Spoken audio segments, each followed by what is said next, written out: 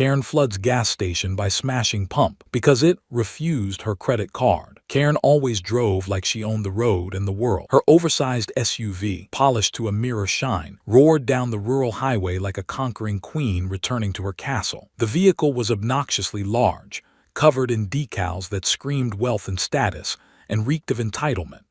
As she spotted a small, dusty gas station up ahead, her sunglasses glinted in the afternoon sun. She tapped her acrylic nails on the steering wheel, annoyed. The low fuel light had been blinking for the last 10 minutes, and now she was being forced to stop at a place that looked like it hadn't seen an upgrade since the early 2000s. With a huff, she veered sharply into the station, nearly clipping the corner of a pump as she parked with a screech. The engine cut off, but the sound of her grumbling continued as she grabbed her designer handbag, slung it over her shoulder, and stepped out in 6-inch heels, the kind completely inappropriate for gravel. She strutted toward the pump like it had personally offended her, rolling her eyes at a family in a minivan nearby. Children giggled behind the back window, their fingers smudging the glass as they pointed at her. Karen scowled and turned her attention to the machine. It was old, certainly not the kind of sleek tech she was used to at her usual gas stations back in the city. The credit card reader was scratched and sun-bleached, but functional. Still, she curled her lip in disgust before pulling out her card with a dramatic flourish and inserting it. The machine beeped, processing, then displayed the word that would unravel the rest of her day, DECLINED. Karen stared at the screen for a moment as if expecting it to apologize. When it didn't, she furiously jabbed at the buttons. She pulled the card out and shoved it back in again with more force. DECLINED. Her face twisted into fury. She was not the kind of woman who got declined. Her card had no limit, at least that's what she kept telling herself. She muttered under her breath, casting a suspicious glance around as though someone had seen and would now question her status. In truth, she was already behind on several payments, had ignored multiple bank emails, and was on her third maxed-out credit card. But none of that mattered to her at this moment. No, this was the fault of the gas station, of the pump, of the entire world for daring to treat her like she was ordinary. She stormed inside the station, heels clacking like gunshots across the dirty tile floor. Behind the counter stood a teenage cashier, barely old enough to shave, with earbuds dangling from one ear and a glazed-over look that said he was mentally far, far away from here. He looked up, blinked slowly, and greeted her with a disinterested, "Hey." "That pump just declined my card," Karen snapped, slamming her handbag on the counter. "Fix it." The boy blinked again. Sometimes they do that. You could try another card or pay inside." "I shouldn't have to try another card. That card is a Platinum Elite. There's nothing wrong with it. Your machine is broken. Get your manager." "I am the manager," the kid replied with a shrug. "Wrong answer." Karen's face flushed a deeper red, her voice rising. "Then call someone who can fix this now before I lose my patience." "You can also use cash," he offered, but the second he said it, he knew it would be the wrong move. She recoiled like he'd suggested she hand over a bucket of dirt. "I don't carry cash. Do I look like a peasant to you?" The kid just shrugged again and turned away to restock cigarettes. Karen stomped back outside, face burning with embarrassment and rage. The sun had shifted slightly, casting longer shadows across the pavement, but all Karen saw was red. She returned to the pump, inserted the card again, DECLINED. She slapped the side of the machine, DECLINED. The pump beeped again as if mocking her, and that was when she lost it. She yanked the nozzle from the holder with a sharp jerk and began beating the screen with it, her screams echoing across the lot. "This is what you get for messing with me," she shouted, voice cracking.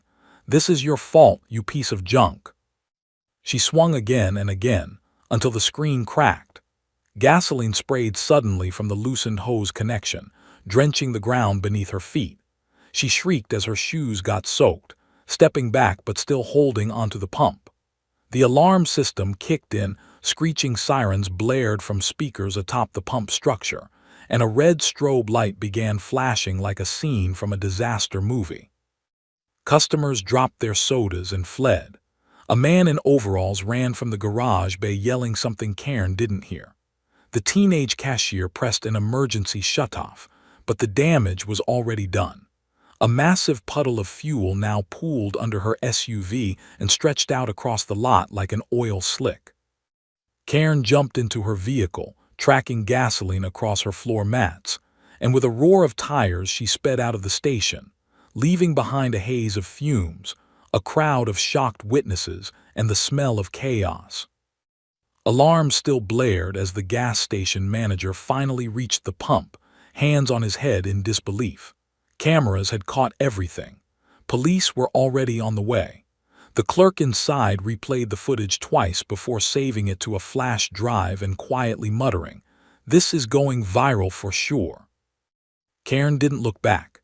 She drove like the devil was chasing her, weaving in and out of traffic, muttering to herself about the injustice of it all. In her mind, she was still the victim. The world had just conspired against her. Her foot pressed harder on the gas, completely unaware that in a few short hours this entire meltdown would explode across the internet, and the law would come knocking far sooner than she expected.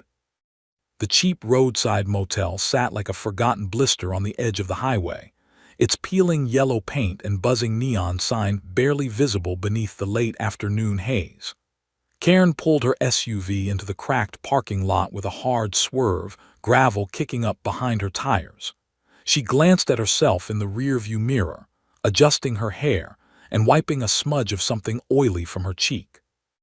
The faint smell of gasoline still clung to her clothes and her designer bag, but she convinced herself that with enough attitude and lip gloss, no one would dare comment.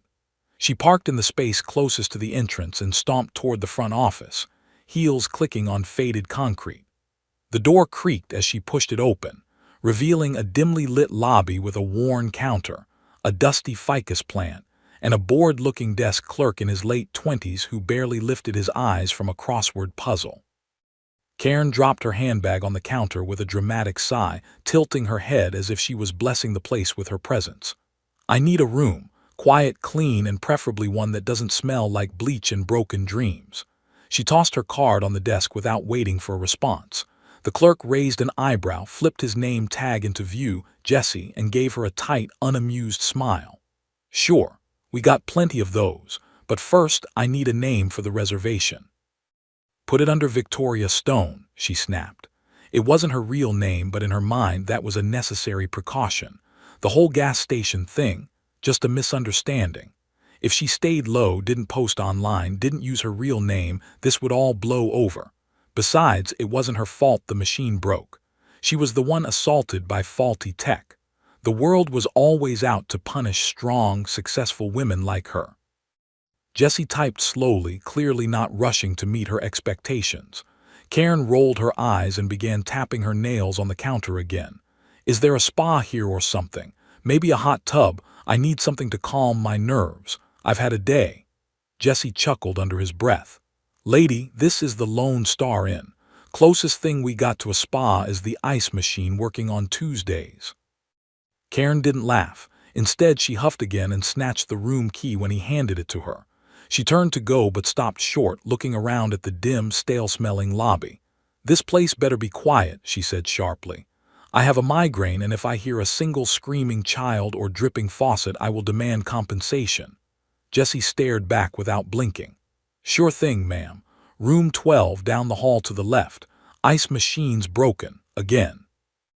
Room 12 was a fluorescent-lit coffin with a buzzing wall AC unit, cigarette burns on the bedspread, and a shower head that looked like it hadn't worked since the Bush administration. Karen threw her things on the bed, collapsed dramatically, then sat up moments later, wrinkling her nose. The place smelled of mildew and despair. She called the front desk, screaming about pillows. Jessie responded dryly that all the pillows were exactly the same. That sparked the next battle. Karen marched back down to the front desk in her heels, still furious and now declaring that her back required orthopedic support. She accused Jessie of discrimination, of refusing her basic rights as a customer, and of sabotaging her healing. Jessie, who had seen his fair share of unpredictable guests, didn't even flinch. He just leaned on the counter, chewing gum and letting her rant run its course. The argument escalated quickly. Karen began recording Jesse with her phone, demanding he say his name and spell it twice. She called him a disgrace, told him she was sending this to corporate, and threatened to burn this place to the ground. Jesse sighed, then calmly picked up the motel landline and dialed 911. "Hi, yeah, I've got a woman here screaming about pillows and threatening arson. Might want to send someone over." He hung up and smiled. "They'll be here soon, ma'am. Maybe they can help you find the pillow you need." Karen stormed back to her room, fuming. She had barely closed the door before there was a knock 15 minutes later. When she opened it, expecting housekeeping or someone coming to grovel with complimentary water, she instead found two uniformed officers. One was a broad-shouldered man with a trimmed beard, the other a stern-looking woman with mirrored sunglasses and a clipboard. "Ma'am, are you the registered guest of this room?" the woman asked calmly. Karen tried to compose herself. "I certainly am, and I'd like to file a complaint against your dispatcher. That desk clerk down there, Jesse, he's unstable. He's been harassing me since I checked in. Do you know what kind of trauma I've experienced today?" The officers exchanged a look. The male officer asked, "Do you drive a dark gray SUV with a Queen Bee bumper sticker and a dented front fender?" Karen's mouth opened, then closed. "I don't see how that's relevant." "It is now. That vehicle matches the one seen leaving the scene of a gas station vandalism earlier today. Security footage confirms a female suspect matching your description, and the station filed a police report for destruction of property, endangerment, and fleeing the scene." Karen blinked rapidly. "This is a mistake. That wasn't vandalism, it was self-defense. That pump attacked me. It sprayed gas all over me. I could have died. And now you're harassing me. Do you even know who I am?" The female officer stepped forward, clearly unimpressed. "Right now, you're someone being placed under arrest for multiple charges. You have the right to remain silent. Anything you say." Karen interrupted, stumbling back as she shouted, "You people are insane. I'm the victim here. That pump was defective. I demand my lawyer." She didn't get to finish. The officers moved quickly. Her wrists were yanked behind her back and snapped into cold handcuffs. Her phone clattered to the ground. As she was led out of the motel room, still screaming, Jesse stood at the end of the hallway, arms folded, phone raised to capture every second of her meltdown. Outside, the sun had dipped below the horizon, and red and blue lights painted the motel walls in a surreal glow. Karen was pushed gently into the back of the cruiser, face twisted in disbelief and rage. As the door closed, muffling her protests, the female officer remarked, "People like her never think it'll catch up to them." Jesse watched the cruiser drive off into the twilight, then turned his video off and smiled. Guess the pillows weren't the problem after all.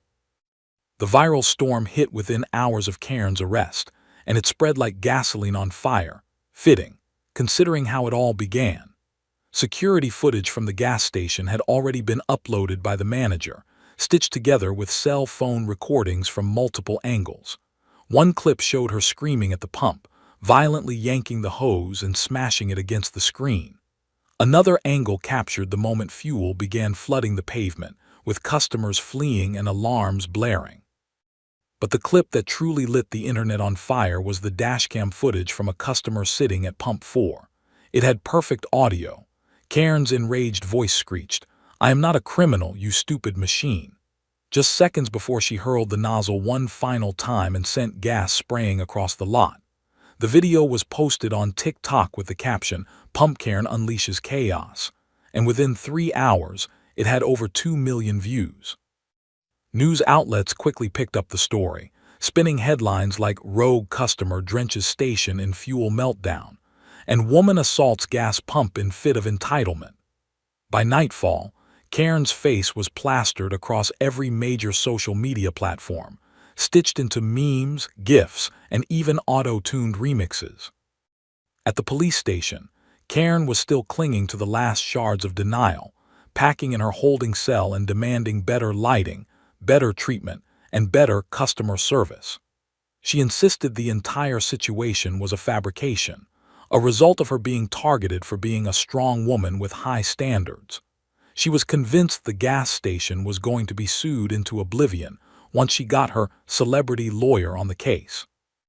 What she didn't realize was that her behavior in the motel lobby had also been recorded by guests and employees alike. The video of her screaming at the front desk clerk, demanding a presidential suite in a hick town shack, had also gone viral, labeled with captions like "Entitled Queen goes full nuclear over pillows" and "The motel meltdown no one asked for." Comment sections were ablaze with both laughter and fury. Some were amused, others disgusted. But almost everyone agreed. She was the embodiment of unchecked entitlement. Karen's family, embarrassed and blindsided, refused to bail her out.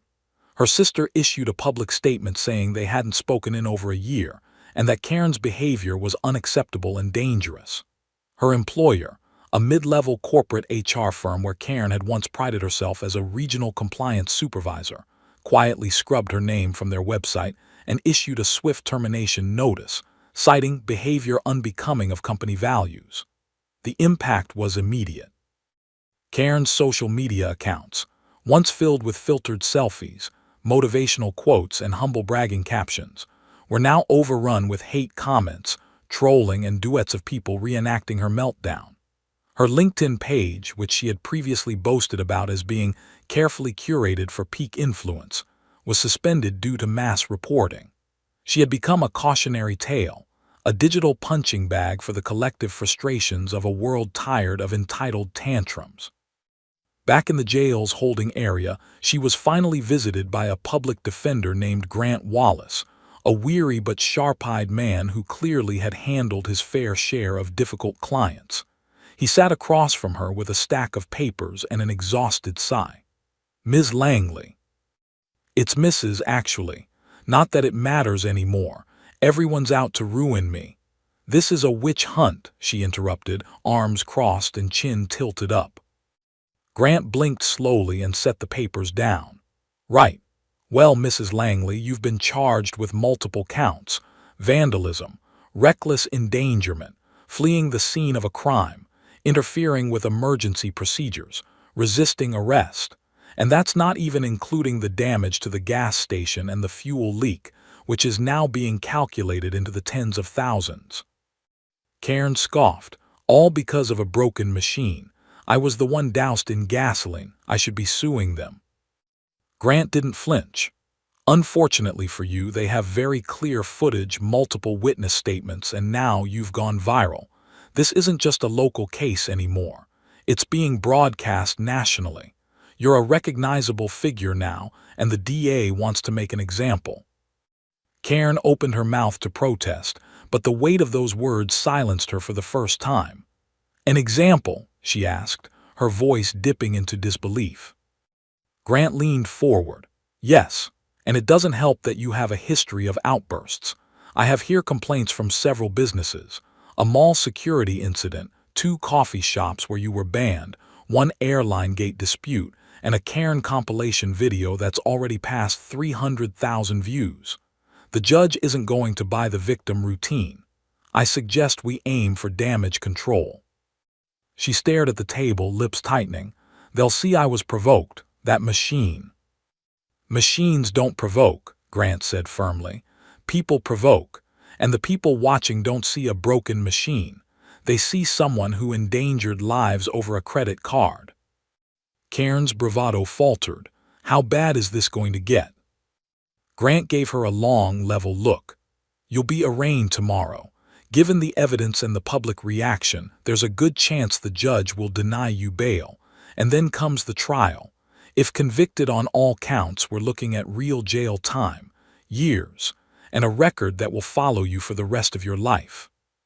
Her eyes narrowed as if trying to gauge whether he was exaggerating, but deep down she knew this wasn't going away.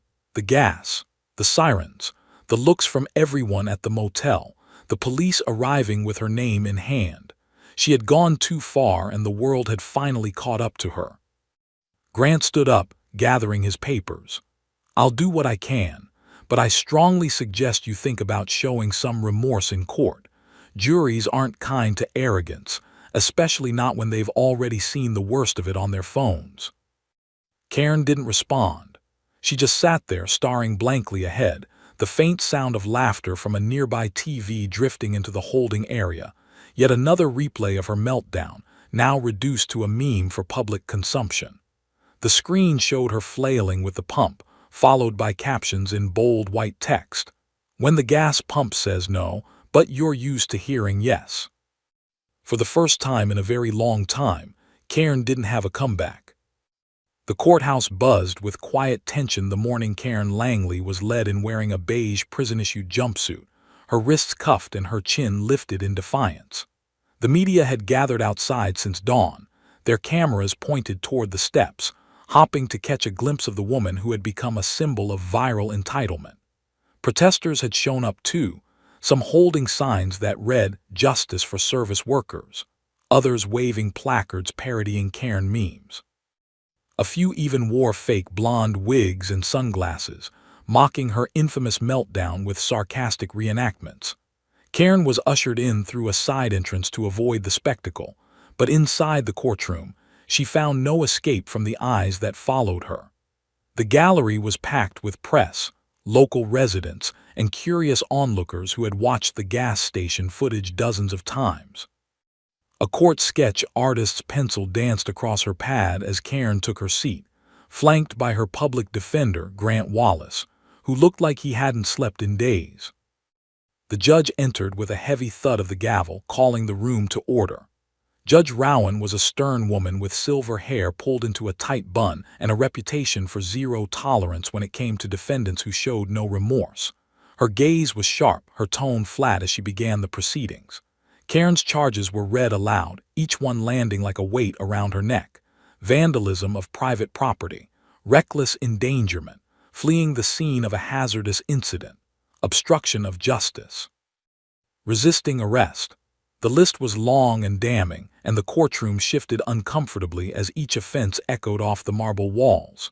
Karen sat motionless, trying to maintain composure, but the eyes boring into her made her fidget. Every expression she made, every twitch or glance, felt like it was being judged tenfold. She could already imagine the screen grabs being uploaded online, dissected for tone and posture. Her world had become a courtroom of public opinion, and this trial was just a formality. The prosecution wasted no time. A confident young DA named Marcus Doyle stood and launched into his opening statement with surgical precision. He called Karen's actions dangerous, impulsive, and entirely unjustified. He described the incident not as a tantrum, but as a calculated act of violence against both property and public safety. With the click of a remote, he began showing the now infamous footage on a large monitor. Karen swinging the pump like a weapon, the burst of fuel raining down, people scattering, the shriek of alarms. The courtroom watched in stunned silence as the moment played on repeat, then shifted to her motel outburst, her screaming at the desk clerk, her arrest footage with her yelling about lawyers and conspiracies. Doyle punctuated each clip with a dry summary of what the law said and how Karen had broken it, piece by piece. His final sentence hit like a slap. This wasn't a moment of stress, it was a pattern of behavior, and this time someone could have died. Grant rose slowly, straightened his tie, and began his defense with a more tempered tone. He didn't deny the incident but instead tried to humanize Karen. He talked about her being under immense pressure, about financial strain, about emotional distress. He spoke of a woman who had simply snapped under years of internal pressure and whose actions, while inexcusable, were not malicious. Karen, for her part, tried to soften her expression, dabbing the corner of her eye with a tissue, although the tear never quite came. But the jury didn't look moved. Most of them had already seen the viral videos before the trial. Some had even commented on them. The courtroom might have had rules about impartiality, but in the age of social media, true objectivity was hard to come by. Over the next 2 days, the trial moved swiftly. Witnesses took the stand. The gas station manager, who described the extent of the damage and the cleanup that followed. The teenage cashier, who nervously recounted the terrifying moment the pump erupted. A mechanic who had narrowly avoided slipping in the flood of fuel. And finally, Jesse, the motel clerk who testified with dry wit and unshakable calm. He recounted how Karen had threatened to burn down the motel over pillow quality and how she had berated housekeeping within minutes of checking in. The jury chuckled at his sarcasm, but Karen seethed, her face reddening, her jaw tightening with each jab. She leaned toward Grant and whispered furiously, demanding he object, insisting Jesse was lying. Grant simply placed a hand over the microphone and whispered back, "You're not helping." Finally, Karen herself took the stand, against Grant's better judgment. She insisted she had to tell her story, that people needed to hear her side. As she adjusted her jumpsuit and sat behind the witness stand, her voice started strong but quickly wavered. She talked about her struggles, being undervalued, stressed, overwhelmed. She described a life where nothing seemed fair, where machines failed her, people judged her, and the world constantly disrespected her worth. She tried to spin the narrative, painting herself as a woman pushed to the edge by bad luck and a malfunctioning pump. But under cross-examination, Doyle shredded that image apart. He pointed out that she had fled the scene, that she had threatened the motel staff, that she had not once, until today, expressed any remorse. He read aloud her social media comments from the past, laced with entitlement and disdain for service workers. He held up the printed comments from a Yelp review where she had proudly written, "If I don't get my way, I make people pay." The courtroom stiffened. Karen stared down at her lap, no longer trying to meet anyone's eyes. The closing arguments were swift. Doyle reminded the jury that they weren't just punishing a single incident. They were deciding whether the law had meaning in the age of viral fame. Grant, in contrast, pleaded for understanding, for leniency, for rehabilitation over punishment. Then the jury was dismissed to deliberate. It didn't take long. Within 4 hours, they returned with a unanimous verdict, guilty on all counts. Karen barely moved as the judge read the decision, but her hands clenched into fists at her sides. The courtroom buzzed with murmurs. Judge Rowan wasted no time in sentencing. Her voice was resolute, firm, and without a hint of hesitation. "Mrs. Langley, your actions endangered lives, destroyed property, and demonstrated a reckless disregard for public safety. Furthermore, your continued lack of accountability and repeated outbursts make clear you have not learned from your mistakes. Therefore, this court sentences you to 4 years in a state correctional facility and 380 hours of community service, to be conducted along the very highway where this incident began." The gavel struck with finality. Karen's mouth parted slightly, but no words came. The courtroom rose, people filing out, the buzz of conversation trailing behind them. Cameras waited outside. Headlines were already being written. The story wasn't over, but her role in it, at least for now, had been decided. Orange jumpsuit, fluorescent vest, and a long-handled trash picker in one hand, Karen Langley trudged along the shoulder of the same rural highway where it had all begun. The sun bore down unforgivingly as cars sped past, some honking mockingly, others slowing down just long enough for a passing glimpse at the once proud woman who had dominated the headlines for weeks. The irony was suffocating. Assigned to clean up the exact stretch of road leading to the gas station she had flooded in a rage. Her sentence, though not the longest, was devastatingly poetic. 4 years of prison time broken up only by the equally humiliating requirement of 380 hours of community service, picking up cigarette butts, fast food wrappers, and shattered beer bottles. The same gas station stood a quarter-mile up the road, now rebuilt and renovated with security cameras doubling in number, and a massive metal cage enclosing the pumps like industrial fortresses. A banner near the entrance proudly read, "Now pump Karen proof." Customers posed beside it daily, snapping selfies, some even dressed in blonde wigs and mock sunglasses. The clerk who had once stood helpless during her outburst now sold novelty t-shirts with her mugshot printed on them under the words, "I survived the Karenpocalypse." Karen, meanwhile, felt her skin blistering under the heat, the sweat clinging to her neck and soaking into the collar of her uniform. Her back ached, her feet throbbed, and the rhythm of bending, reaching, and grabbing trash had become a numbing cycle of shame and monotony.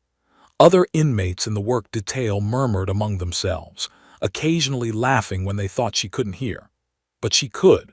She heard everything. The whispers, the jokes, the constant drone of vehicles zipping by as if the world was mocking her from the driver's seat.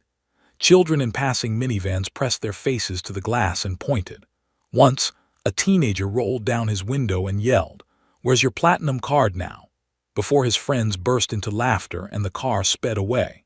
Karen gritted her teeth and forced her eyes forward, one hand squeezing the trash picker tight until her knuckles turned white. The prison had quickly taught her that nobody cared who she used to be. Status meant nothing inside those walls, and outside them the public memory had boiled her down into a meme, an animated gif of her smashing the gas pump, played on loop, stripped of context, humanity, or nuance. Her name was no longer a person but a reference point.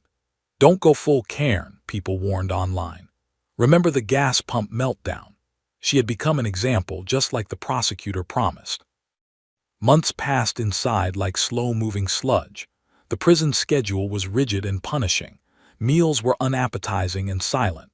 Her bunkmate, a chain-smoking woman named Denise, had no time for entitlement and made that clear from day one. Karen tried at first to assert herself, tried to file complaints about the mattress, the water pressure, the noise at night. But every complaint was met with blank stares or outright ridicule. No one took her seriously. She had burned that bridge too thoroughly. And slowly, painfully, she began to understand just how deeply her name had been tarnished. Her job applications were rejected before they were even read. Friends stopped answering her emails. Her family blocked her number. Even her old neighborhood association sent her a letter politely requesting she not return to the community for the peace and comfort of its residents. She was radioactive, untouchable. But community service was where her fall from grace was felt most viscerally. There, under the eyes of regular citizens, wearing her shame like a uniform, she was exposed. She had once walked these same sidewalks in heels, barking into her phone about bottom lines and lunch reservations.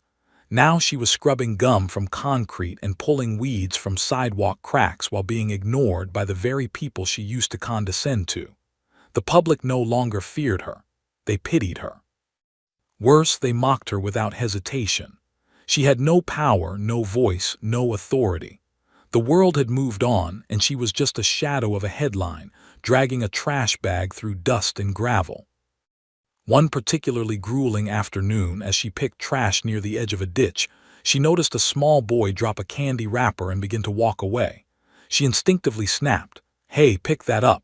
The boy turned, eyes wide, recognizing her instantly. His mother stepped in before the boy could move, gently tugging his arm. "Don't worry, sweetheart," she said, loud enough for Karen to hear. "She's the one who cleans up messes now." The boy looked back one more time, snickered, and skipped away. Karen stared at the wrapper, her mouth dry, her eyes stinging not from sweat but something heavier, something she still refused to name. She bent down and picked it up. Nights were no easier. Lying on her thin mattress, staring at the ceiling, she would replay the events over and over again, each time trying to find the exact moment where she could have turned around, could have chosen to just breathe, to walk away, to accept a minor inconvenience without demanding the world compensate for it. But no matter how many times she rewound the mental tape, the result was always the same. She'd chosen wrath, and wrath had returned the favor in full. Sometimes she wondered if she even remembered how to be quiet, how to listen, how to let things go. Other times, she just wondered what people were saying about her now. She wanted it to stop, but a part of her feared being forgotten even more than being ridiculed. On the final day of her community service, she stood beside the highway once more, vest faded, hands blistered, body sore. She looked at the gas station, its new pumps gleaming under a fresh coat of paint. The banner was still there, the sign still mocking her. She didn't wave. She didn't glare. She just stared. Then, without a word, she turned and climbed onto the transport van that would return her to the correctional facility. Her time wasn't over, not yet. But the worst of it, the humiliation, the exposure, the realization, had carved itself into her bones. As the van pulled away, a gust of wind blew an empty soda can across the road where she had stood. No one stopped to pick it up. Karen didn't look back. The story ended not with rage, not with redemption, but with quiet surrender. The world moved on, and Karen Langley was left to live in the silence she had spent a lifetime avoiding.